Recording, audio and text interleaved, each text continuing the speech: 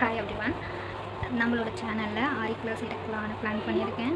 So இன்றைக்கி வந்து first day கிளாஸில் வந்துட்டு என்னென்ன வேணும் அப்படின்னு ஃபஸ்ட்டு நான் உங்களுக்கு சொல்லிடுறேன்.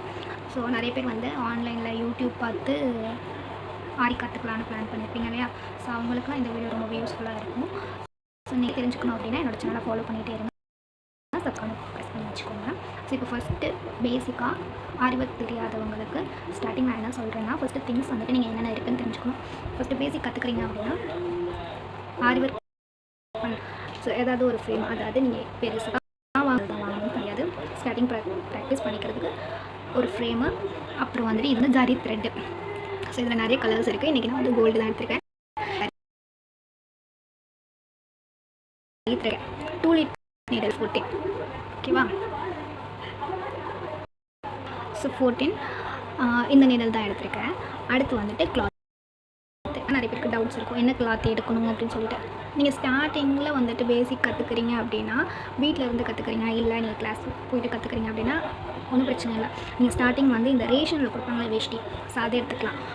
அதை என்ன பண்ணுறோன்னா, உங்கள் ஃப்ரேமுக்கு ஏற்ற மாதிரி நீங்கள் கட் பண்ணிவிட்டு அதில் நீங்கள் ப்ராக்டிஸ் பண்ணிக்கலாம். ஏன்னா ப்ராக்டிஸ் தான் பண்ண போகிறீங்க. சொன்னாலே இந்த கிளாத் வந்துட்டு உங்களுக்கு யூஸ்ஃபுல்லாக இருக்கும்.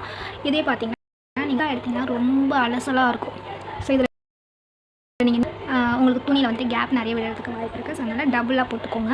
துணியை டபுளாக போட்டு நம்ம யூஸ் பண்ணிடலாம். இப்போ அடுத்து என்னென்னா ஃப்ரேம் பற்றி சொல்லணுன்னா, இந்த மாதிரி உள்ளே இருக்கிற ஃப்ரேமை எடுத்து நீங்கள் என்ன பண்ணணுன்னா, நாடா இருக்கு இல்லையா, நம்ம அதுக்கு போடுவோம்ல நாடா, அந்த நாடாவை எடுத்து நல்லா நெருக்கமாக மேலே சுற்றாமல் பக்கத்தில் இந்த மாதிரி ஃபுல்லாக சுற்றிக்கணும். ஸோ இதை நான் எப்படி வந்துட்டு ரேப் பண்ணுறதுன்றது உங்களுக்கு நான் தனியாக வீடியோ போடுறேன், ஓகேங்களா? ஸோ வந்துட்டு இந்த மாதிரி ரேப் பண்ணிக்கிட்டிங்கன்னா உங்களுக்கு துணி வந்துட்டு நிறைய சொல்கிறது விலகாமல் இருக்கும். நீங்கள் டைட் பண்ணும்போது நிறைய துணி வந்து விலகாமல் இருக்கும். ஸோ அதனால் இந்த மாதிரி ரேப் பண்ணி வச்சுக்கிறது நல்லது. ஸோ இப்போ எப்படி ஃப்ரேமில் துணி எப்படி ஃபிக்ஸ் பண்ணணும் ஃபஸ்ட்டு, ஓகேங்களா? இப்போ ஃபஸ்ட்டு நான் உங்களுக்கு சொன்ன மாதிரி துணியை வந்து டபுளாக போட்டு உங்கள் ஃப்ரேமை விட கொஞ்சம் பெருசாக நீங்கள் கட் பண்ணிக்கோங்க, ஓகேங்களா? சிங்கிளாக போட்டால் இந்த மாதிரி இருக்கும். ஸோ அதனால் டபுளாக போட்டுக்கிறது உங்களுக்கு பெஸ்ட்டு. இப்போது ஃப்ரேம் எடுத்துக்கிறேன். ஃப்ரேமில் இந்த நெட் இருக்குது இல்லைங்களா, இது வந்து மேல் பக்கமாக வரணும். இந்த நாடை போட்டு ரேப் பண்ணியிருக்கோம்ல, இது வந்து அடியில் வரணும். ஸோ இப்போ நான் என்ன பண்ணுறேன்னா, நீங்கள் வந்து ஃப்ரேமில் துணி ஃபிக்ஸ் பண்ணுறது ரொம்ப முக்கியம். கரெக்டாக ஃபிக்ஸ் பண்ணணும்.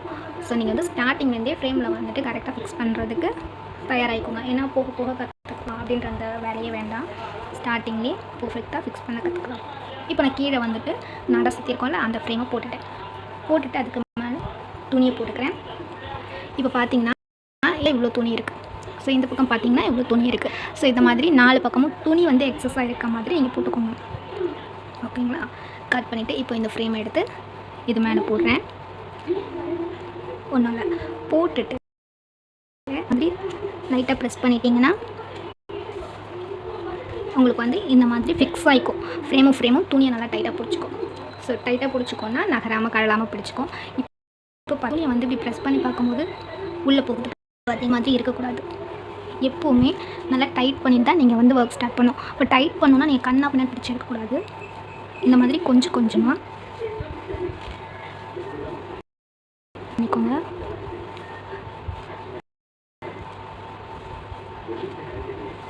இந்த மாதிரி ஒவ்வொரு பக்கமும் அப்படியே ரொட்டேட்டில் இந்த ஃப்ரேம் எப்படி சர்க்கிளாக இருக்கோ அதே மாதிரி நீங்கள் வந்துட்டு பண்ணிகிட்டே இருக்கணும். ரொம்ப பிடிச்சி எடுத்திங்கன்னா ஃப்ரேம் வந்து மேலே கழண்டுட்டு வந்துடும். ஸோ அதனால் இந்த ஃப்ரேமையும் நீங்கள் ப்ரெஸ் பண்ணிக்கணும். அதே சமயம் இதையும் துணியையும் நீங்கள் நல்லா இழுத்துக்கணும்,